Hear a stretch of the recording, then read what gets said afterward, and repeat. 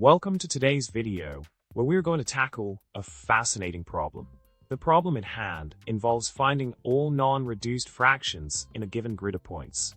This can lead to a lot of duplicated computations and inefficiencies, making it a challenging task to optimize. Let's dive into the solution I provided before. The first approach involves using Numpy to create a grid of points, and then setting specific values to 0 based on the non-reduced fractions condition. By iterating over the grid points and efficiently updating the values, we can achieve the desired outcome with good performance. Moving on to the next part of the solution, we explore a more optimized approach using Numba. By leveraging Numba's just-in-time compilation, we can significantly speed up the computation process. The code provided involves traversing the grid of points and updating the values accordingly, leading to a faster and more efficient solution. Now, let's delve into a more advanced optimization technique using dynamic programming.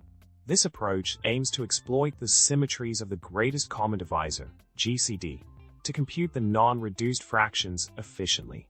By breaking down the computation into smaller, dependent tiles and leveraging the inherent properties of GCD, we can create a highly optimized solution.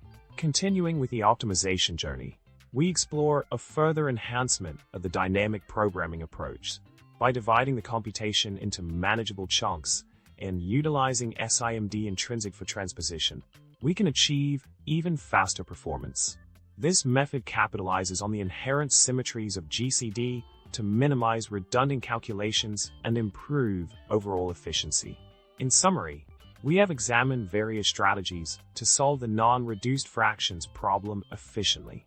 From basic Numpy operations to advanced dynamic programming techniques, each approach offers its unique benefits and optimizations. By selecting the right method based on the problem requirements, we can achieve optimal performance and results. I hope you found this exploration of optimizing non-reduced fractions both informative and engaging. Remember to subscribe, like the video, and leave a comment below with your thoughts.